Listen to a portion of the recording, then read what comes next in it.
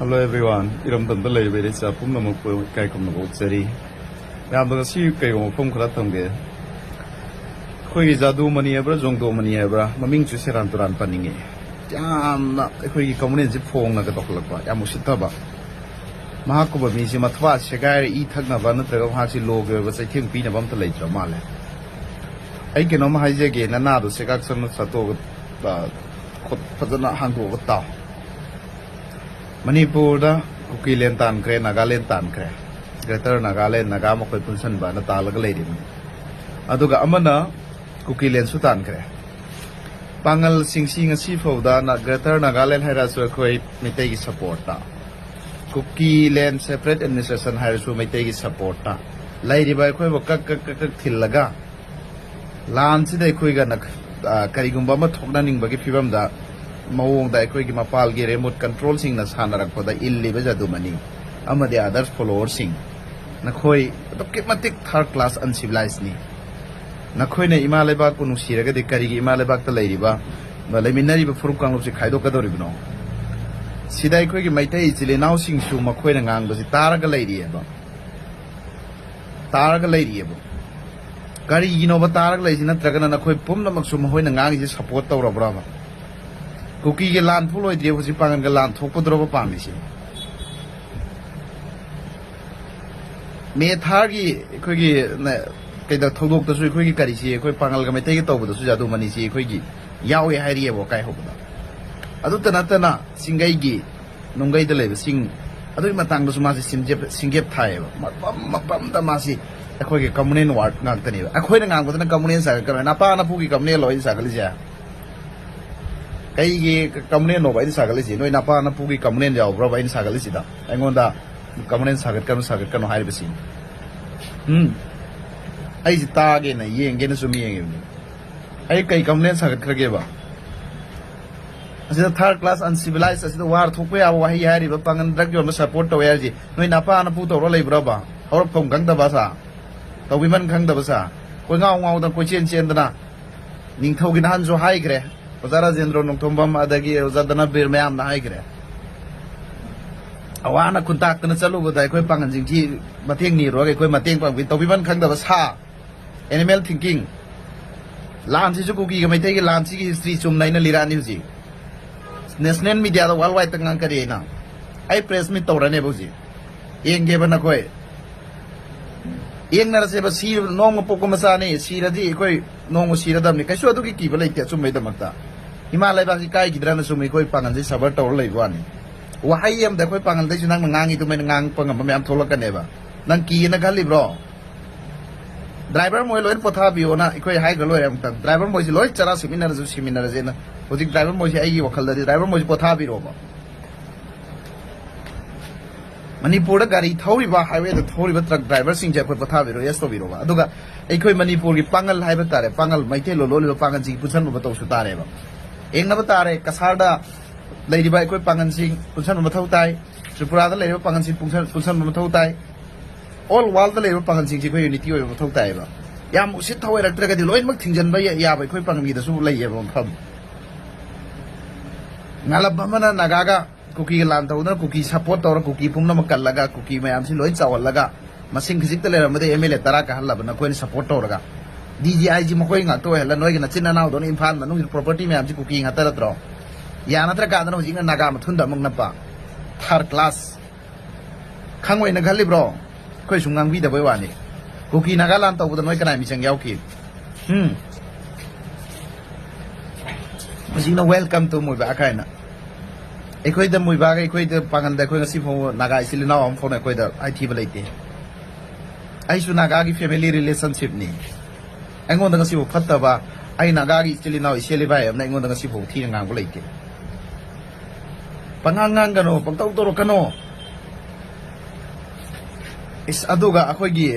mi masing yam baso noi yu thakna yurai chudra le ra gadi karmaina noi nuping yum pan ba theng na pa la gadi na nasa sing du pok pong na de ne yurai chudra yu thakna ni sa da taw le ra de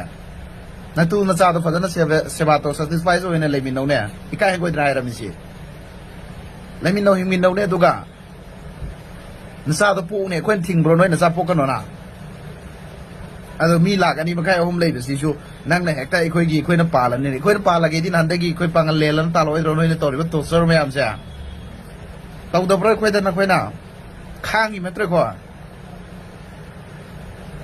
ꯆꯠꯐꯝ ꯊꯣꯛꯐꯝ ꯂꯩꯇꯗꯅ ꯁꯤꯗ ꯁꯦꯛꯃꯥꯏ ꯂꯥꯟꯐꯨ ꯉꯝꯗꯅ ꯂꯩꯔꯤꯁꯤ ꯂꯥꯟꯅꯉꯥꯏ ꯍꯣꯠꯅꯒꯤꯗꯤ ꯂꯩꯇ꯭ꯔꯒ ꯄꯤꯛꯈ꯭ꯔꯕ ꯀꯝꯃꯨꯅꯤꯇꯤꯁ ꯄꯥꯡꯒꯟꯁꯤꯗ ꯀꯔꯤꯝꯇꯁꯨ ꯇꯧꯗꯕ ꯅꯣꯏ ꯃꯇꯨꯡꯏꯜꯂꯒ ꯃꯇꯨ ꯏꯁꯣꯟ ꯁꯣꯟꯅ ꯅꯈꯣꯏ ꯃꯇꯦꯡ ꯄꯥꯡꯉꯤꯕ ꯑꯩꯈꯣꯏꯗ ꯍꯜꯂꯒ ꯆꯤꯁꯤ ꯅꯈꯣꯏ ꯀꯔꯤꯒꯤꯅꯣ sida tari be sili nausi kari gino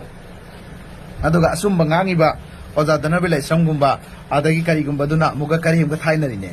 minai sathu nang kai oidna no ai chin ngasi bukti da me ai ti re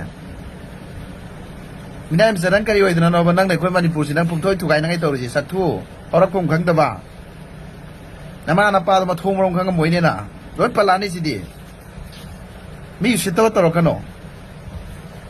Manipur da nang mitai herji koi mitai du khangde mitai khangi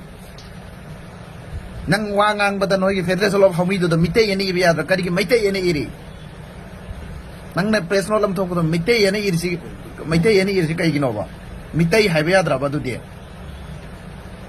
gazette ki amuka hairi sarkar ki government ki amuka hairi government ki si nang onda example ne in hairi chi government da nang gazette pass lai khoi pangan se indigenous ne yaw ra du din nang kari ke pande du ga sida si thoklam se si thoklam me na gazette ke bolo khlai de kari nawa log de ai ki matro nan gazette third class nang gumba sama si khrab ni loi khrab ni ko pheraun loi khrab ni nang khang da bam la uzik khoi manipur ke pheraun ji makhoi ji ni pheraun ji khoi thaina ki pheraun je adu ki pheraun ki matam do uzik khoi manipur pheraun ji makhoi ji ne ba makhoi ji virus ni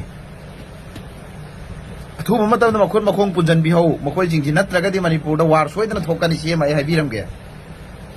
phat sabang ngam dre khoi ngarang gi video si makhoi thaga lama ka urame video do engon thaja lai ni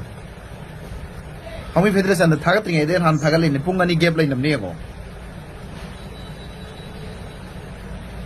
es kamre lai ta bajati du mutra da me minai masa malem si da khwai da gi nusi ba ju jati khudi ma nusi na lai ba country du ni khwai da santi ji kamre lai ba country am ta chokhat ki ba lai bro minai masa be sai masa nang hallo ra ga nang ma thom rom khang da ba communal labor kan kari si khoi gi communities later si chokhol loi kai ni minai masa third class communal labor country am ta india ji lai chau thari ju dro communal labor country am ta chokhot ki ba laite malem sida minai nanga han ne na ke yeng aroi nang na sa do khoi gi phaba ma hairam mal si ge di kan daga aina ga lo ji param de ma khoi sing ji aina ga lo department da so bom war moi ji ma ko ki brain pum chai chai ga da me encounter to gadam ni makhoi gum basi si moi ji virus ni mi hat na ba mi lan to na ba sin ba mi ni ngalak ki naga ga ya na dra ga na kuki mi chang yaw ba kuki ga ya na dra naga mi chang yaw ba hui noi ba hui kai ba gang to hui nau noi ba a da ge RSS ki machum kara phang bu na sida manipur da khoi thum na ga na is mai tai ima da karem na da noi third class karam da mai tai ima da khoi karem na ba yaw gra ge mai tai mut kra da me ji nang ne ta har ga ya ga dro kuki ga lan pho ba ngam da ba nang da lusan ba ngam da ba na khoi nai khoi da pangang ta ngang pangan da sum no ngam tum ta sai bi ya bro ta gen ta rim ni khoi last warning ni si nang on da taro ka noi khoi ki pangan da pangan supan pala kanu nang pangan supan pala kanu nang on da nang khoi ki pangan si nang on da anti oi no bne ne khoi ju nang go anti oi no ye ba wakai warem mothi warem ngak ta to pangal ngang nang popularity oi ne nang sukui ba sai ji nang oirak tre do oi ni hadak ti oiram ge dikoi gi mapam pi laitra me nang sida to hor ge sini ne nang khali ja nang gum thudek na bai leiri nang gum di lai nang on de chaw bo organization bo mukhai na be mu ki ba na te nang khang da ba nang ge organization do tak tung ani thudek ki ne na eni mapam da nang ge kot far nang gi thudek ki ni nang lo shan da ba ya de ai lo shan ba je ai di nang bo ha loi lo gi ba channel da nang lo shan lan ge ni Chikanguna Nangi any for Nangi step cutting mak any Nangi step Kongkang cutting mak any and Kangda and was him to go and civilized. How to Pongang when a man upon a tomb around Kanga with the Pope from Sour in I don't know the Manipur, they go to Gaina Wonders. Imale back there, see that some going to see the ꯂꯩꯅꯕꯅꯤ ꯁꯤꯗ ꯀꯔꯤꯒꯨꯝꯕ ꯃꯌꯥꯈꯥꯏ ꯊꯤꯡꯒꯥꯏꯅꯕ ꯍꯣꯠꯅꯔꯛꯄ ꯃꯩꯇꯩ ꯑꯣꯏꯒꯦꯔꯥ ꯄꯥꯡꯒꯜ ꯑꯣꯏꯒꯦꯔꯥ ꯅꯉꯛꯇꯨ ꯂꯧꯊꯒꯗꯧꯔꯤꯃꯤ ꯑꯗꯨꯗꯁꯨ ꯉꯝꯕ ꯃꯤꯅꯤ ꯑꯩꯈꯣꯏꯁꯤ ꯏꯃꯥ ꯂꯩꯕꯥꯛ ꯀꯥꯏꯅꯕ ꯃꯅꯤꯄꯨꯔ ꯀꯥꯏꯅꯕ ꯋꯥ ꯉꯥꯡꯈꯤꯅꯣ ꯉꯥꯡꯉꯛꯑꯕ ꯍꯧꯖꯤꯛ ꯀꯨꯀꯤꯂꯦꯟ ꯅꯥꯒꯥꯂꯦꯟ ꯇꯥꯟꯈ꯭ꯔꯦ ꯄꯥꯡꯒꯜꯂꯦꯟ ꯇꯥꯜꯂꯛꯑꯗꯤ ꯅꯪ ꯀꯔꯤ ꯇꯧꯒꯗꯧꯔꯤꯃꯣ ꯋꯥꯔ ꯊꯣꯛꯅꯔꯁꯦ ꯍꯥꯏꯔꯤꯕ꯭ꯔꯕ ꯑꯀꯣꯏꯕꯁꯤ ꯅꯪ ꯀꯣꯏꯁꯜꯂꯒ ꯃꯩꯇꯩꯁꯤ ꯃꯨꯠꯄꯗ꯭ꯔꯣꯕ ꯅꯪ ꯄꯥꯝꯃꯤꯁꯤ ꯃꯩꯇꯩ ꯃꯨꯠꯄꯗ ꯑꯩꯈꯣꯏꯁꯨ ꯌꯥꯎꯈꯤꯅꯦꯕ ꯑꯩꯈꯣꯏ ꯈꯪꯉꯦꯕ ꯃꯨꯠꯄꯗ꯭ꯔꯣꯕ ꯂꯣꯏꯅꯃꯛꯁꯤꯅ ꯀꯣꯏꯁꯜꯂꯒ ꯂꯩꯕ ꯁꯣꯝꯗ ꯇꯝꯄꯥꯛ ꯃꯅꯨꯡꯗ ꯂꯥꯜ ꯍꯧꯔꯛꯑꯅꯤ ꯁꯣꯝ ꯆꯤꯡꯗꯩ ꯊꯣꯝꯗ꯭ꯔꯅꯤ ꯅꯪ ꯑꯗꯨꯅ ꯂꯣꯏꯅꯕꯗ꯭ꯔꯣꯕ ꯅꯪ ꯄꯥꯝꯃꯤꯁꯦ ꯅꯪ ꯉꯥꯛꯄ ꯉꯝꯒꯗ꯭ꯔꯣ ꯄꯥꯡꯒꯟ ꯀꯌꯥꯒꯤ ꯁꯦꯟꯇꯤꯃꯦꯟ ꯀꯥꯏꯔꯕꯅꯤ ꯅꯪ ꯑꯩꯉꯣꯟꯗ ꯂꯥꯛꯏꯕ ꯃꯦꯁꯦꯖ ꯄꯣꯁ ꯀꯃꯦꯟ ꯃꯌꯥꯝꯁꯦ ꯊꯥꯔꯛꯏꯕ ꯃꯌꯥꯝꯁꯤꯡꯁꯤ ꯅꯪ ꯂꯣꯏꯔꯕꯅꯤ ꯅꯪ ꯑꯩꯅ ꯃꯌꯥꯝꯁꯤꯗ ꯁꯕꯔ ꯇꯧ ꯉꯥꯏꯌꯣ ꯄꯣꯠ ꯐꯥꯊꯧꯅ ꯊꯝꯕꯅꯦ ꯅꯪ ꯃꯇꯨꯡ ꯃꯅꯥꯎ ꯑꯃꯨꯛ ꯍꯟꯅ ꯁꯣꯁꯤꯌꯦꯜ ꯃꯤꯗꯤꯌꯥ ꯊꯣꯛꯂꯛꯀꯅꯣ ꯊꯥꯔꯠ ꯀ꯭ꯂꯥꯁ ꯎꯅꯤꯡꯗꯦ ꯅꯁꯛꯇꯣ